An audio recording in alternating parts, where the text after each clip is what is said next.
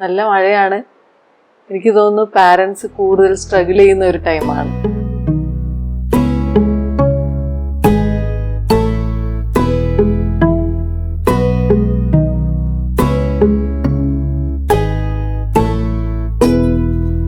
നമസ്കാരം, എല്ലാവർക്കും പുതിയ എപ്പിസോഡിലേക്ക് സ്വാഗതം.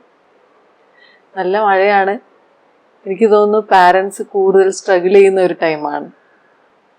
മുറ്റത്ത് കളിക്കാൻ വിടാൻ പറ്റില്ല കുട്ടികളെ. വീടിനകത്ത് തന്നെ അടച്ചുപൂട്ടി നമ്മളെ കൊണ്ടാവുന്ന ആക്ടിവിറ്റീസ് തന്നെ കുട്ടികളെ കൊണ്ട് ചെയ്യിപ്പിക്കാൻ ഇപ്പോൾ പാരൻസ് നന്നായി സ്ട്രഗിൾ ചെയ്യുന്നുണ്ടാവും. അതിനുള്ള ഒരു ചെറിയ സൊല്യൂഷൻ ഞാൻ കഴിഞ്ഞ വീഡിയോയിൽ പറഞ്ഞിരുന്നു. കാണാത്തവരുണ്ടെങ്കിൽ ഈ ലിങ്ക് ക്ലിക്ക് ചെയ്താൽ മതി. അപ്പോൾ ഞാൻ പറയുന്നത്, പാരൻസ് ജസ്റ്റ് ഇങ്ങനെ ആക്ടിവിറ്റീസ് മാത്രം ചെയ്തുകൊണ്ട് കുട്ടികളെ നല്ലൊരു വ്യക്തിത്വം അങ്ങനെയൊന്നും ചെയ്യാനൊന്നും പറ്റില്ല.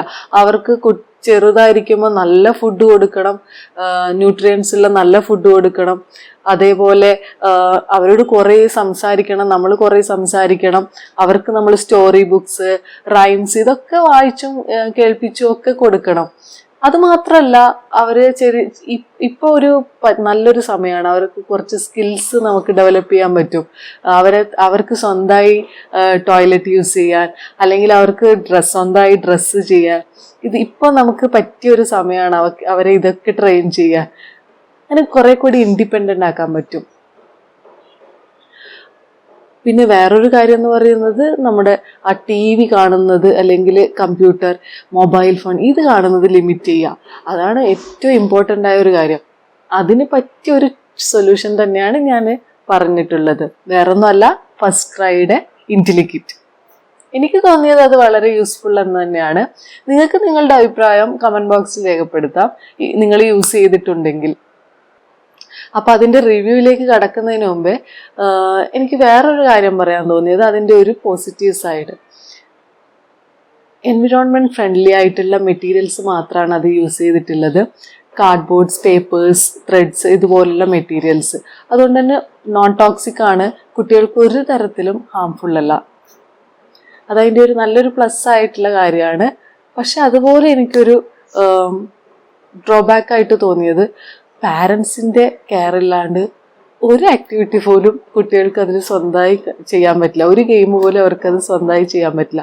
പാരൻസ് ഫുൾ ടൈം, അതായത് ഇപ്പോൾ ഒരു ദിവസം 2 hours അവരെ അത് വെച്ച് കളിപ്പിക്കുകയാണെങ്കിൽ, ഒരു 3rd അല്ലെങ്കിൽ 4th ഡേ ആകുമ്പോൾ അവരത് സ്വന്തമായി പ്രാക്ടീസ് ചെയ്തോളും. അപ്പോൾ നമ്മളൊരു 1 2 3 4 ഒരു 4 ദിവസം നമ്മൾ അവരെ ഇത് വെച്ച് കളിപ്പിക്കേണ്ടി വരും. അങ്ങനെയാണെങ്കിൽ മാത്രമേ കുട്ടികൾക്ക് പിന്നീട് തനിച്ച് ഒരു ഗെയിം അല്ലെങ്കിൽ ഒരു ആക്ടിവിറ്റി അവർക്കത് മനസ്സിലാക്കി അവർ ചെയ്യത്തുള്ളൂ. അല്ലെങ്കിൽ പിന്നെ നമ്മൾ എന്നും അവരെ ഒന്നിച്ചിരുന്ന് കളിപ്പിച്ച് അവർക്കത് പറഞ്ഞ് മനസ്സിലാക്കിയിട്ട് വേണം ഒരു നെക്സ്റ്റ് ഗെയിമിലേക്ക് പോവാൻ. അതതിൻ്റെ ഒരു ചെറിയൊരു ഡ്രോബാക്കാണ്. പക്ഷെ അതുകൊണ്ടുള്ള ഒരു ചെറിയ പ്ലസ് എന്താന്ന് വെച്ചാൽ, നമുക്ക് കുട്ടികളുടെ മൈൻഡ് ഡെവലപ്മെൻറ്റ്, അല്ലെങ്കിൽ മെമ്മറി, ലോജിക്, അങ്ങനെയുള്ള കുറേ ഡെവലപ്മെൻറ്റ് നമുക്ക് അതിൽ നിന്നും കിട്ടും. അത് തന്നെയാണ് അവർ ഉദ്ദേശിക്കുന്നത്. പക്ഷേ അതെനിക്ക് ചെറിയൊരു ഡ്രോബാക്ക് ആയിട്ട് തോന്നി. കാരണം വേറൊന്നുമല്ല, നമുക്ക് പാരൻസിന് അങ്ങനെ എപ്പോഴും ഫുൾ ടൈം അവരുടെ കൂടെ ഇരുന്ന് അങ്ങനെ ഒരു ഗെയിം കളിക്കുക അല്ലെങ്കിൽ ഒരു ആക്ടിവിറ്റി ഒരു 2 hours ഒന്നും ചെയ്യാൻ അങ്ങനെ ടൈം കിട്ടില്ല. അപ്പോൾ ഞാൻ അധികം പറയുന്നില്ല, എല്ലാവരും അതിൻ്റെ റിവ്യൂ കാത്തിരിക്കുന്നതെന്ന് എനിക്കറിയാം. നമുക്കതിൻ്റെ റിവ്യൂയിലേക്ക് പോകാം.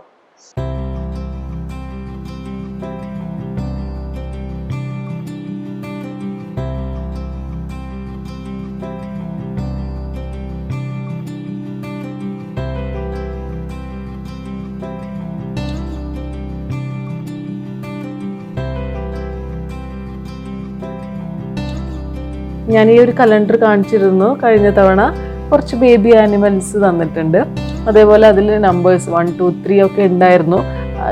ഞാൻ ഇത് ജസ്റ്റ് അവർക്ക് കളിക്കാൻ കൊടുത്തപ്പം ഇപ്പോൾ എല്ലാം ഒന്നും കാണുന്നില്ല, കുറച്ചധികം ഉണ്ടായിരുന്നു. അപ്പം ഈ ബേബി ആനിമൽസിന് അവർക്ക് ഒരെണ്ണം നമ്മൾ ഒരു കാർഡാണ് കാണിക്കുന്നെങ്കിൽ ഒരു ബേബി ആനിമലിനെ എടുക്കാൻ പറയാം.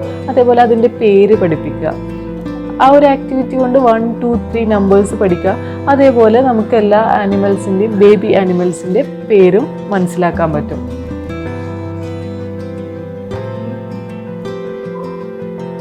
അത് നമുക്കൊരു ഡേ 3 വരെ അത് ചെയ്യുമ്പോൾ ആ കുട്ടികൾക്ക് പെറ്റ് ആനിമൽസിൻ്റെ എല്ലാം ബേബി ആനിമൽസിൻ്റെ പേര് പഠിക്കാൻ പറ്റും. അതേപോലെ 1, 2, 3 വരെയുള്ള നമ്പേഴ്സും മനസ്സിലാക്കാൻ പറ്റും. ഡേ 4 മുതൽ പെയർസ് ഓഫ് പെറ്റ്സ് അതെങ്ങനെയാണ് കളിക്കുന്നതെന്ന് ഞാൻ ഇവിടെ കാണിക്കാം. ഈ ഒരു ഗെയിം കളിക്കാൻ 2 പേര് വേണം. ഓക്കെ, നമുക്ക് ഒരു അമ്മയും അച്ഛനും തന്നെ ആ കുട്ടികൾക്ക് സപ്പോർട്ട് ചെയ്യാം, ഇല്ലെങ്കിൽ 2 കുട്ടികളെ വെച്ച് കളിപ്പിക്കാം.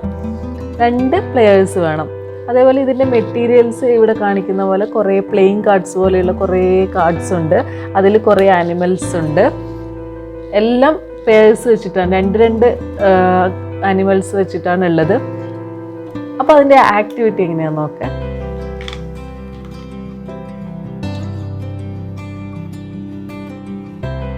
ഇങ്ങനെ കാർഡ്സ് കുട്ടികളുടെ മുമ്പിൽ ഇങ്ങനെ നിരത്തി വെക്കുക, ഓക്കെ. എന്നിട്ട് അവരോട് പറയുക, ആദ്യം ഒരാൾ 2 കാർഡ്സ് എടുക്കുക. 2 കാർഡ്സ് എടുത്തിട്ട് അവരോട് പറയുക ഏതൊക്കെ ആനിമൽസ് ആണെന്ന്. Okay, cat. അപ്പം 2 ക്യാറ്റാണ് കിട്ടിയിട്ടുള്ളതെങ്കിൽ അവർക്ക് ആ കാർഡ്സ് സ്വന്തമായിട്ട് എടുക്കാം. ഓക്കെ, അതേപോലെ മറ്റേ ആളോട് പറയാ 2 കാർഡ്സ് എടുക്കാൻ. അയ്യോ, അയാൾക്ക് ഡിഫറെൻറ്റ് കാർഡ്സാണ് കിട്ടിയത്, ഒന്ന് ലവ് ബേർഡും ഒന്ന് ക്യാറ്റും. അപ്പം അയാൾക്ക് ആ കാർഡ്സ് എടുക്കാൻ പറ്റില്ല. കാരണം സെയിം കാർഡ്സ് ആണ്, സെയിം ആനിമൽസ് ആണെങ്കിൽ മാത്രമേ ആ കാർഡ്സ് എടുക്കാൻ പറ്റൂ.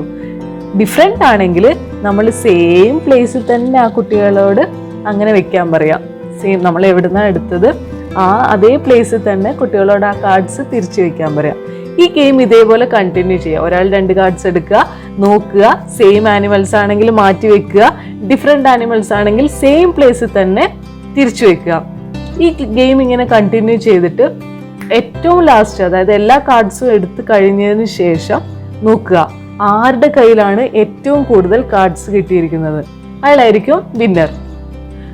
അങ്ങനെ വിൻ ചെയ്ത് കഴിഞ്ഞാൽ ആ കുട്ടിക്ക് ഒരു സ്റ്റാർ കൊടുക്കുക. അപ്പം കുട്ടികൾക്ക് ഇതുകൊണ്ടുള്ള ഗുണം എന്താന്ന് വെച്ചാൽ സെയിം പാറ്റേൺ ഉള്ള, അതായത് സെയിം ആനിമൽസിനെ കാണുമ്പോൾ അവർക്ക് തിരിച്ചറിയാൻ പറ്റുന്നുണ്ട്. അതേപോലെ സെയിം കളർ. ഈ ഒരു ഗെയിം തന്നെ നമുക്ക് വേറെ രീതിയിൽ കളിക്കാന്ന് വെച്ചാൽ ഇതിൽ സെയിം കളർ ആനിമൽസ് ഉണ്ട്. കണ്ടില്ലേ, ഇത് സെയിം കളർ ആനിമൽസ് ആണ്. ലവ് ബേർഡിന്റെ സെയിം കളർ, അതേപോലെ ഇതൊരു വേറൊരു കളർ. അപ്പം ഇങ്ങനെ 2 കാർഡ്സ് എടുക്കുമ്പം സെയിം കളർ തന്നെ ആനിമൽസ് എടുക്കാൻ പറഞ്ഞിട്ട് വേറൊരു ഗെയിമും കളിപ്പിക്കാം. അത് നമുക്ക് ഡേ 2 കളിപ്പിക്കാം. അങ്ങനെ ഡേ 3 3 ദിവസം നമുക്കിത് കണ്ടിന്യൂ ആയി കളിക്കുമ്പോൾ കുട്ടികൾക്ക് തന്നെ സ്വന്തമായിട്ട് അത് മനസ്സിലാവും. ഓക്കെ, 2 കാർഡ്സിൽ സെയിം ആനിമൽസ് ഉണ്ട്, സെയിം കളർ ആനിമൽസ് ഉണ്ട്. അപ്പോൾ അവർക്ക് കളർ മനസ്സിലാക്കാൻ പറ്റും, ആനിമൽസിൻ്റെ പേര് മനസ്സിലാക്കാൻ പറ്റും. 2 ആനിമൽസിൻ്റെ സെയിം പിക്ചർ കാണുമ്പോൾ അവർക്കത് ഐഡൻറ്റിഫൈ ചെയ്യാൻ പറ്റും. പിന്നെ അതേപോലെ വേറൊരു കാര്യം എന്ന് വെച്ചാൽ സെയിം പ്ലേസിൽ തന്നെ തിരിച്ചു വയ്ക്കാൻ പറയുമ്പോൾ കുട്ടികൾക്ക് ഇപ്പം ഒരു ടോയ് അല്ലെങ്കിൽ എന്തെങ്കിലും ഒരു മെറ്റീരിയൽ എടുത്ത സ്ഥലത്ത് തന്നെ തിരിച്ചു വയ്ക്കാനുള്ള ഒരു ഐഡിയ കിട്ടും. അപ്പോൾ ഇത്രയും 3 കാര്യങ്ങളാണ് ഗുണം. അതുകൊണ്ട് എന്താ ഗുണം എന്ന് വെച്ചാൽ മെമ്മറി കൂടും, കുട്ടികളുടെ മെമ്മറി കൂടും. ഇതാണ് ഒരു ഗെയിം.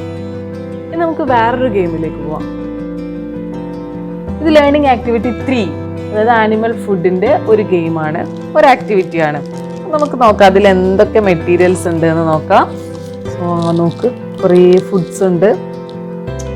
കട്ടൗട്ട്സ് എല്ലാം കാണാൻ നല്ല രസമാണ് കേട്ടോ. കട്ടൗട്ട്സ് എല്ലാം നല്ല രസമാണ്.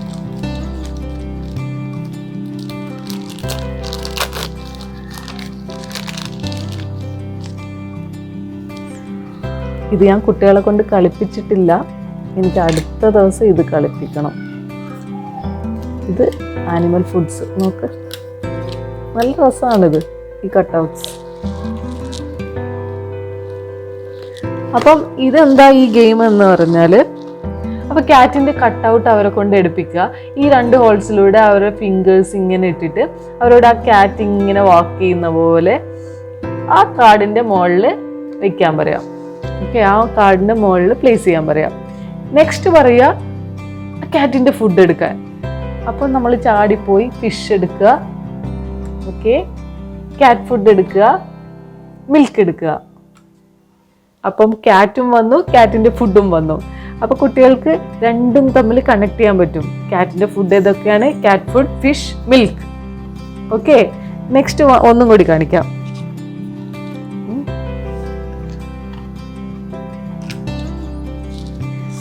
അടുത്ത ആനിമലാണ് റാബിറ്റ്. അപ്പൊ റാബിറ്റ് കുട്ടികളോട് ആദ്യം റാബിറ്റിന്റെ കട്ടൗട്ട് എടുക്കാൻ പറയാ. സെയിം. എന്നിട്ട് ഇതിന്റെ 2 ഹോൾസിലൂടെ കൈ ഇട്ടിട്ട് അവരോട് ഇങ്ങനെ ആ റാബിറ്റ് മൂവ് ചെയ്യുന്ന പോലെ കാണിച്ചിട്ട് ആ കട്ടൗട്ടിന്റെ മുകളിൽ ഇത് പ്ലേസ് ചെയ്യാം. ഓക്കെ, റാബിറ്റ് വന്നു. ഇനി റാബിറ്റിന്റെ ഫുഡ് വേണം. എന്തൊക്കെയാണ് റാബിറ്റിന്റെ ഫുഡ്? ക്യാരറ്റ്, ലെറ്റൂസ് ആൻഡ് കോൺ. അപ്പൊ അവര് ക്യാരറ്റ് കൊണ്ടുവരട്ടെ, ലെറ്റൂസ്, പിന്നെ കോൺ. അപ്പൊ 3 ഫുഡും റാബിറ്റിന്റെ ഫുഡായി. അപ്പൊ റാബിറ്റിന് അവർക്ക് മനസ്സിലായി, റാബിറ്റിന്റെ രൂപം മനസ്സിലായി, അതിന്റെ ഫുഡ് മനസ്സിലായി. ഫുഡ് എങ്ങനെയാ ഇരിക്കുന്നത്, ക്യാരറ്റ് എങ്ങനെയാ ഇരിക്കുന്നത്, ലെറ്റൂസ് എങ്ങനെയാ ഇരിക്കുന്നത്, കോൺ എങ്ങനെയാ ഇരിക്കുന്നത്, ഒക്കെ അവർക്ക് മെമ്മറി, ആ ഒരു മെമ്മറിയിൽ അവർക്ക് കിട്ടും. ഇപ്പം ഈ ഒരു ഗെയിം കൊണ്ടുള്ള ഗുണം എന്താന്ന് വെച്ചാൽ അവർക്ക് ആനിമൽ ഫുഡ്സ് പഠിക്കാൻ പറ്റും. ആനിമൽ ഫുഡ്സ് ഏതൊക്കെയാന്ന് പഠിക്കാൻ പറ്റും. അതെങ്ങനെയാണ്, ഇപ്പം നമുക്ക് കിച്ചണിൽ വന്നു കഴിഞ്ഞാൽ അവർക്ക് മനസ്സിലാവും ഇതാണ് ക്യാരറ്റ്, ഇതാണ് കോൺ, അല്ലെങ്കിൽ ഇതാണ് ലെറ്റൂസ്, ഇതാണ് ഫിഷ്. ഇതൊക്കെ അവർക്ക് കണ്ടു കഴിഞ്ഞാൽ മനസ്സിലാവും. നമുക്ക് അവരോട് തന്നെ ഓരോന്ന് എടുത്തു തരാൻ വേണ്ടി പറയാൻ പറ്റും. അപ്പം ഇതാണ് second game. Next one pet animal puzzles. അത് ഞാൻ അങ്ങനെ എല്ലാം എക്സ്പ്ലെയിൻ ചെയ്യുന്നില്ല, കാരണം നിങ്ങൾക്കത് ആവശ്യമുണ്ടെങ്കിൽ നിങ്ങൾ കമൻറ്റ് ബോക്സിൽ പറഞ്ഞു കഴിഞ്ഞാൽ ഞാനത് എക്സ്പ്ലെയിൻ ചെയ്യും. അല്ലാതെ നിങ്ങൾക്ക് തന്നെ അത് മനസ്സിലാവും. അതിൻ്റെ ഓരോന്നിലും ഡിസ്ക്രിപ്ഷൻ അവർ തന്നിട്ടുണ്ട്. അത് വെച്ചിട്ട് അവർക്ക് നിങ്ങൾക്ക് ഗെയിം കളിക്കാം. വീക്ക് 1, വീക്ക് 2, വീക്ക് 3, വീക്ക് 4 എന്ന് പറഞ്ഞിട്ട് അപ്പം 7 ദിവസങ്ങളിൽ കളിക്കാനുള്ള ഗെയിംസ് ആണത്. പിന്നെ അതേപോലെ നെക്സ്റ്റ് വീക്കിൽ അതേപോലെ 7 ഡേയ്സിൽ കളിക്കാനുള്ളത്. ഞാൻ ഏകദേശം ഈ 2 ഗെയിംസ് മാത്രമേ ഇപ്പോൾ കളിപ്പിച്ചിട്ടുള്ളൂ. നെക്സ്റ്റ് ആനിമൽ ഫുഡ് കൊടുക്കണം. അപ്പോൾ നമ്മൾ ഒരു ഗെയിം കംപ്ലീറ്റ് ചെയ്ത് കഴിഞ്ഞാൽ സ്റ്റാർസ്, അപ്പോൾ നമുക്ക് ഓരോ സ്റ്റാർ അവർക്ക് കൊടുക്കാം. ഓക്കെ, ആ ഒരു ഗെയിം വിൻ ചെയ്തു. ഇപ്പോൾ ഡേ 2, ഡേ 3 എന്ന് പറഞ്ഞിട്ട് ഓരോ ഇത് കണ്ടില്ലേ, ഞാനിവിടെ സ്റ്റാർസ് കൊടുത്തിരിക്കുന്നത്.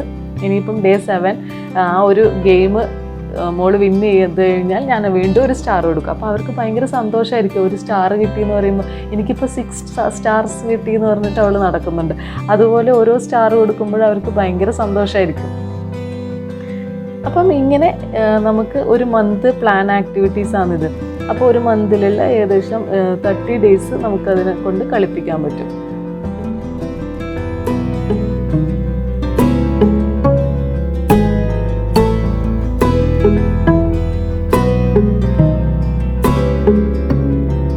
അപ്പോൾ റിവ്യൂ കണ്ടല്ലോ, നിങ്ങൾക്ക് ഇഷ്ടപ്പെട്ട് കഴിഞ്ഞാൽ വാങ്ങിക്കുക. അല്ലാതെ ഞാനിത് പറഞ്ഞില്ലേ, എനിക്ക് ഈ ഒരു പ്രൊഡക്റ്റിനെ പ്രൊമോട്ട് ചെയ്യാനോ അങ്ങനെ ഒന്നും ഒരു താല്പര്യവും കൊണ്ടല്ല.